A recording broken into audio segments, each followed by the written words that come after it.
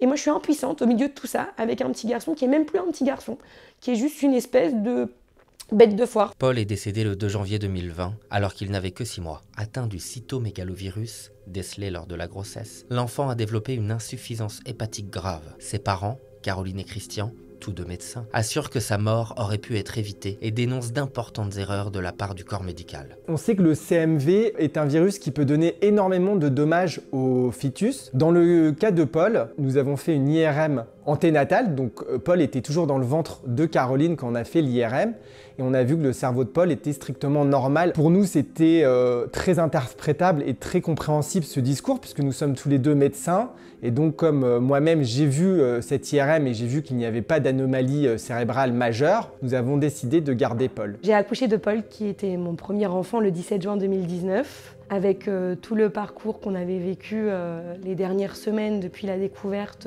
du CMV, c'était une fin de grossesse hyper difficile. J'ai accouché de ce petit garçon qui était absolument adorable, qui me regarde avec un regard hyper profond. Et là, j'ai une pédiatre qui arrive dans ma salle de naissance et qui me dit il faut qu'on prenne votre petit garçon, on va l'emmener en néonatologie.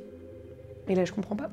Des prélèvements ont été réalisés pour poser rapidement un diagnostic. Le taux de virus dans le sang était très élevé. Paul avait donc une infection congénitale à CMV avec une hépatite importante. Au bout de 15 jours de vie, Paul améliore son bilan du foie, il va bien, il se développe normalement, il a son petit cathéter dans le bras pour pouvoir lui administrer le traitement contre le virus. Et la douche froide m'arrive le 1er juillet, si je ne dis pas de bêtises, quand le pédiatre me dit aujourd'hui votre enfant est transféré à Necker. Et là on est passé de c'est forcément un CMV à non, ce n'est pas un CMV, cela n'explique pas l'atteinte hépatique de Paul. Et on s'est mis à rechercher des diagnostics qui n'expliquaient absolument pas le tableau de Paul dans sa globalité, mais un symptôme à droite, un symptôme à gauche. Et tous les jours, je découvre donc qu'on lui prélève 5, 6, 7, 8, je sais même plus jusqu'à combien c'est monté sur une journée. Et donc là, à partir de ce moment-là, je commence à voir les pathologues pédiatres qui viennent m'expliquer ce à quoi elle pense, puis j'ai la métabolicienne qui vient m'expliquer ce à quoi elle pense, et donc à chaque fois que la maladie, qui a une probabilité très basse, on la trouve pas,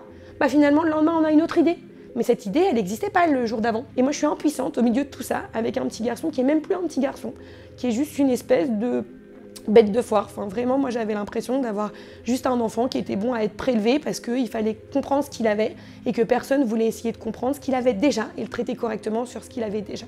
Les parents de Paul décident alors de faire sortir leur enfant de l'hôpital contre avis médical, tout en continuant d'effectuer un suivi de santé. Le parcours médical de Paul à ce moment-là en hospitalisation, c'était lui donner des biberons toutes les 3 heures. Il fallait contrôler les glycémies de Paul, qui est quelque chose que tous les parents peuvent faire, et toutes les autres maladies que les médecins voulaient continuer à rechercher pour Paul, on pouvait les chercher en dehors de l'hôpital. Et donc Paul a continué d'avoir un parcours très médicalisé, mais qui pouvait largement se faire en dehors de l'hôpital pour son bien-être, pour pouvoir récupérer, parce qu'il avait aussi besoin qu'on le laisse un petit peu tranquille de toutes ces prises de sang pour pouvoir grandir correctement. Malgré cela, la maladie du foie de Paul est toujours présente, mais n'est pas considérée comme étant liée au CMV. Sa santé se dégrade et Paul est à nouveau hospitalisé, cette fois-ci au Kremlin-Bicêtre. On a passé la nuit du 31 décembre avec Paul et au matin, il a commencé à avoir 42 fièvres. Le réanimateur a refusé de monter en me disant que de toute manière, mon enfant était condamné.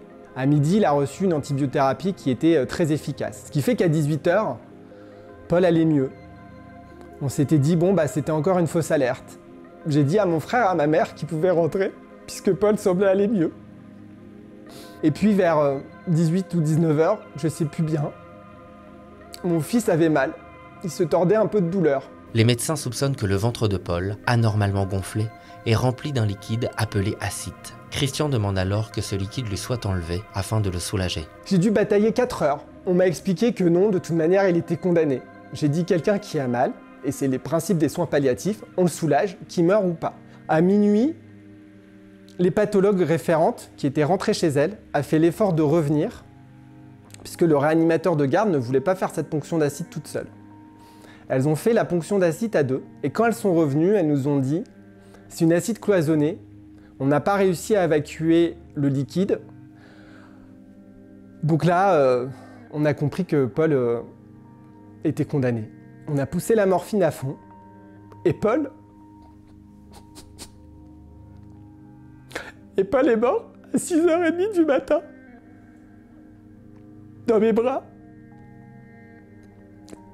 en lui disant que dans les bras de papa, il pouvait rien se passer de grave. Et bizarrement, c'était un soulagement parce que c'était 6 mois et demi de galère, de bataille avec le corps médical. Mais comme on nous avait raconté beaucoup de choses pendant ces 6 mois, on a demandé une autopsie. Les premiers résultats montraient les grosses erreurs diagnostiques. C'est-à-dire qu'on m'a expliqué que Paul avait une cirrhose.